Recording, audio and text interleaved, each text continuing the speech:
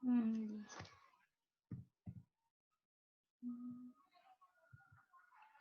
Buenas tardes, economista Carmen Rivera. Nuestro grupo va a presentar la historia, las etapas y las características del ferrocarril ecuatoriano. A continuación, mi compañero.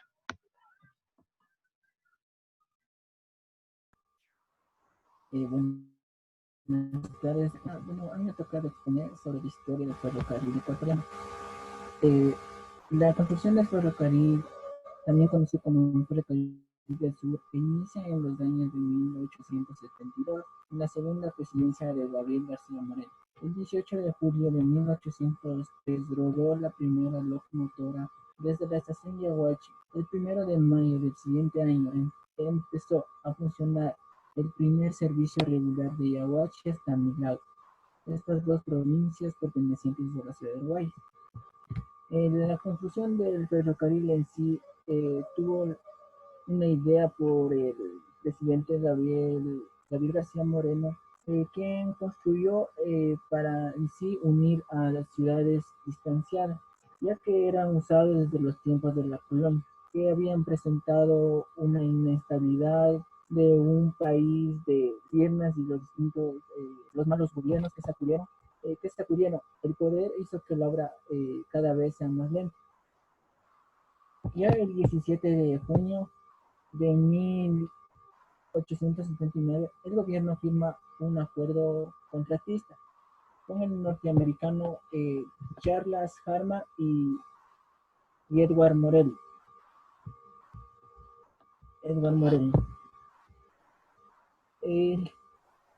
Eh, su construcción es en su empresa que se llamaba Nueva Jersey, La Guayaquil, Quito Realty Company.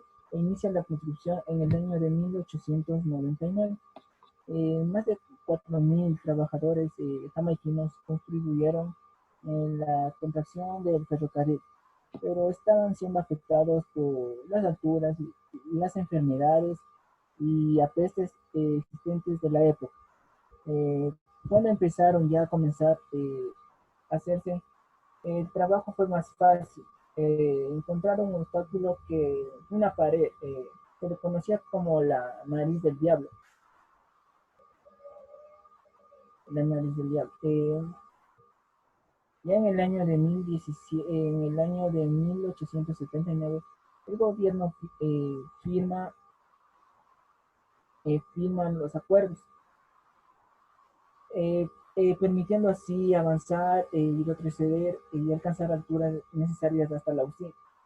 El ferrocarril llega a la ciudad de Riobamba mientras se buscaba eh, un fin del proyecto para prestar así servicios al público en tramos ya terminados.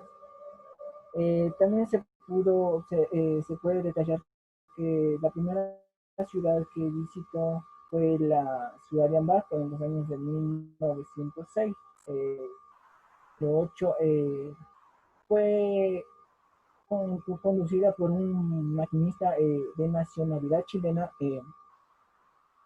eh, chileno Muñoz Palacio, quien fue en sí que transportó el gran general Eloy Alfaro, a los hermanos Archer y John Harman, quienes participaron en las áreas, como lo fue de arquitectura, la administración y en la construcción de la dicha.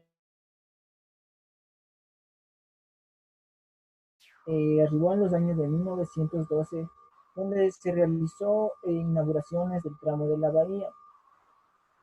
También se realizaron en cada ciudad que visitaba, se hacía inauguración, por ejemplo, en el tramo de Quito, Ibarra, junto con la presencia del presidente Isán Bayón. En 1936 también se inauguró el tramo de Guayaquil y Salinas. Eh, en la fecha del 26 de agosto del año de 1957, con el gobierno de Camille Ponce Enrique, se inaugura el tramo de Ibarra. Y después con eso todas las provincias de la región sierra buscaban una forma de salida hacia el Océano Pacífico, donde que querían encontrarse encontrarse y acercarse un poco más a lo que es la comercialización más grande del mundo, como era el país europeo llamado Canadá, a continuación mi compañía. El ferrocarril fue muy importante para el transporte de mercancías y la mano de obra. También fue conocida como el transporte de grandes distancias que transcurría en el país.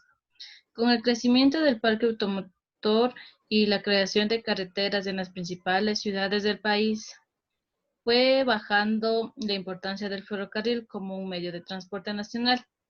En la presidencia de Rodrigo Borja se adquieren locomotoras electrodiesel y con esto la empresa nacional de ferrocarriles ecuatorianos fue abandonada a su suerte.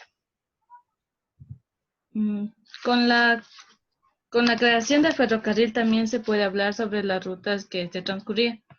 Uno de ellos es el tren de los volcanes, que en esta travesía se puede disfrutar los hermosos paisajes y diversos ecosistemas que existen en el majestuoso Andes. El tren del hielo. Esta sale desde la capital hasta la ciudad de Riobamba. En esta se puede observar los nevados en el transcurso de su línea. Nariz del Diablo. Esta fue una ruta muy difícil de construir en la cual hubo muchos muertos y a esta línea férrea se la conoció como el tren, no, a esta construcción se le conoció como el tren más difícil del mundo. Tren de la Dulzura. Esta línea parte desde Durán hasta Bucay y atraviesa plantaciones de caña, banano, cacao y piñas y por esto se le conoce como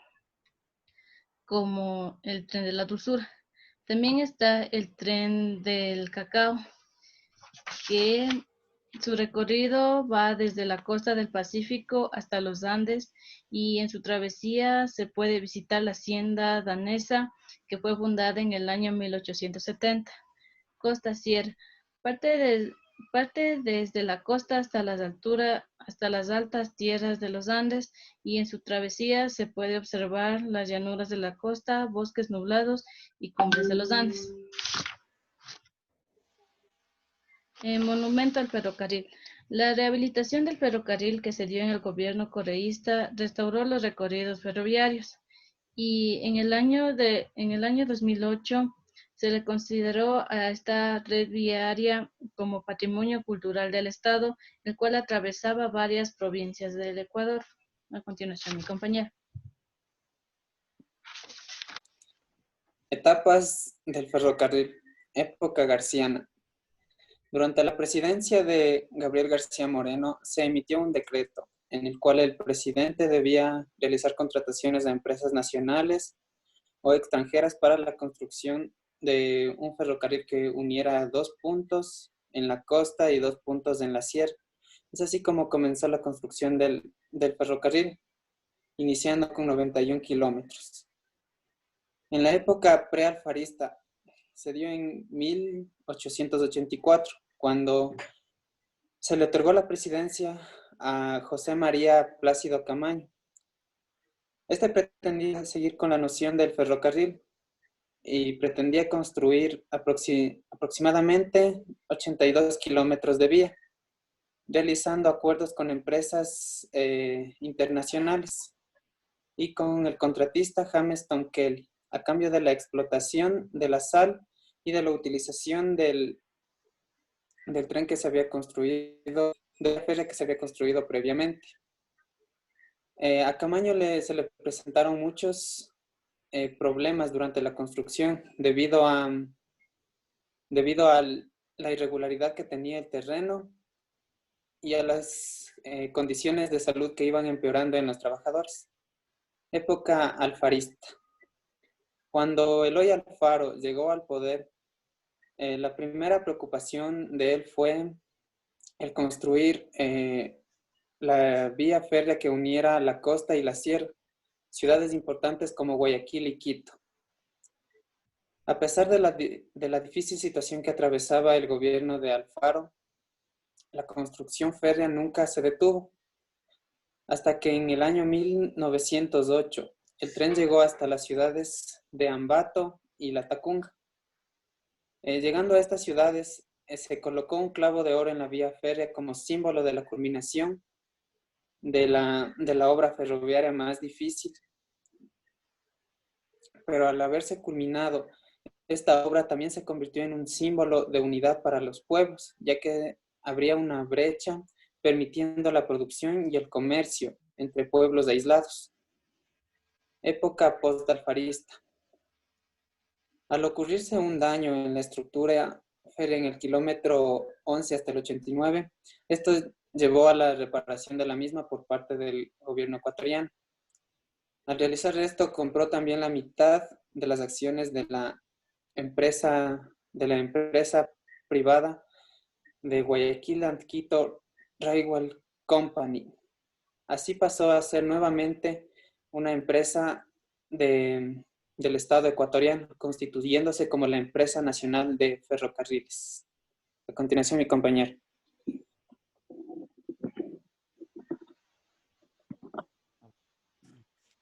A continuación, voy a explicar sobre las características más relevantes del ferrocarril. Lo subdividimos en políticas y económicas. Con las políticas tenemos que la constitución del ferrocarril inició en los años de 1861 y 1872 en el gobierno de Gabriel García Moreno. Tenemos que el inicio de este ferrocarril inició en el gobierno de Gabriel García Moreno y finalizó con el gobierno de General Eloy Alfaro. Vemos que para el año de 1875, en el gobierno del general Eloy Alfaro, con la Revolución Liberal, el tren se proyectó a unir la región costa con la región sierra. Vemos que también para el año de 1873 a 1879 hubo 6 intentos fallidos del ferrocarril por varios factores. Uno de estos, un principal, fue el económico, y otros factores fueron las lluvias, los deslaves y los derrumbes. A continuación también tenemos que, que el ferrocarril ayudó al progreso del país, estableció un nuevo sistema social y comercial. También tenemos que el tren ecuatoriano conectaba a las provincias de Ambato, Latacunga, Riobamba, Durán e Ibarra. En el año de 1905, el tren había llegado a Riobamba, y para el año de 1906, por primera vez visitó la ciudad de Ambato. También tenemos que el ferrocarril también por varios años ayudó como medio de transporte al pueblo ecuatoriano. También dirigiéndonos por años poco más actuales, tenemos que en el año 2008, durante la presidencia del economista Rafael Correa, el tren viene a posicionarse como un patrimonio cultural. Ahora vamos con las características económicas.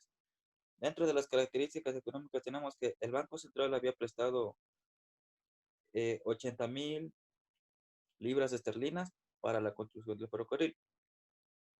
También tenemos que la creación del ferrocarril ayudó al cambio de la vida rural y urbana, logrando un crecimiento económico y libertario, específicamente en las zonas más marginadas del país. Tenemos que gracias al ferrocarril se fortaleció más el intercambio de productos con la región sierra, con la región costa. Por ejemplo, aquí tenemos eh, creaciones de puestos comerciales de comida, puestos de frutas y puestos comerciales de mariscos y pescado. También tenemos que contribuyó a la creación de departamentos exportadores. Este procuraba hacer que aquellos exportadores que enviaban sus productos, estos lo hicieran de forma poco gratuita en ese caso. Así estos productos, así estos envíos ayudaban a disminuir el costo de los envíos marítimos en este caso. Y también, asociándonos a un tema actual, tenemos que el tren provee recursos económicos mediante su actividad económica. Y también acabamos de recalcar en un punto en que recordemos que en este año, bueno, en esas épocas de de 1861 hasta 1872. Tenemos también un auge cacotero, lo cual el tren ayudó demasiado a la exportación y a la importación de este. A continuación, mi compañero.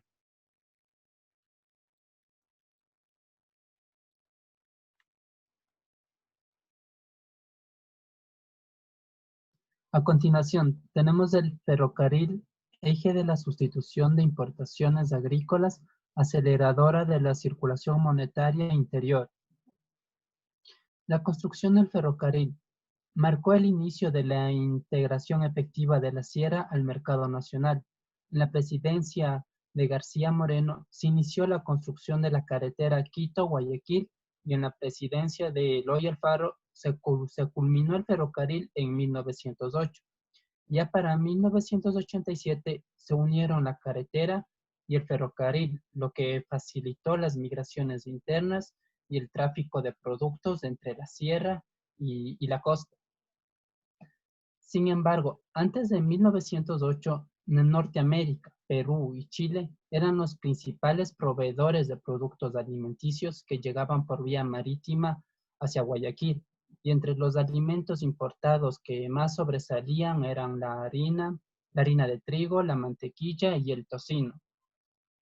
Y ya que las integraciones del sistema de comercio entre la sierra y la costa fue relativamente tardía, pues para 1914 el porcentaje de importaciones de productos del exterior no variaban, era todavía el mismo, a diferencia de los productos agrícolas de la sierra que transportaba el ferrocarril a la costa, que eran mínimas. El propio Alfaro fue testigo en 1908 de que los granos importados de California a Estados Unidos eran más baratos en Guayaquil que los granos provenientes de la sierra. Por ende, se visualizó esta desigualdad entre las importaciones y los productos de la sierra que eran consumidos en Guayaquil. Aunque las motivaciones para construir el ferrocarril fueron principalmente políticas, el comercio regional entre la sierra y la costa se fue consolidándose de a poco, de forma gradual y paulatina, y solamente en consecuencia de la crisis iniciada en 1920 fue que la escasez de importaciones que fue provocada inicialmente por la Primera Guerra Mundial y más tarde por la crisis cacaotera y la depresión de 1929, todo esto ayudó a la integración de la sierra con sus productos al mercado nacional, sustituyendo así a las importaciones que en ese entonces lideraba el mercado. Las haciendas de la sierra se incorporaron lentamente al mercado nacional, sobre todo en las cercanías de Quito y en los valles de la Sierra Central, las cuales eran atravesados por el ferrocarril. Este proceso condujo que más áreas de terrenos fueran destinados para el cultivo, lo que ayudó también a la lenta introducción de técnicas más sofisticadas de cultivo y a las relaciones salariales de producción que en ese entonces estaban recién empezando. Tanto la progresiva integración del país al mercado mundial como la lenta consolidación de un mercado nacional entre la sierra y la costa condujeron a cambios demográficos significativos, por ejemplo, como una lenta pero sostenida urbanización y a la migración de personas de la sierra hacia la costa buscando mejores fuentes de empleo. Gracias.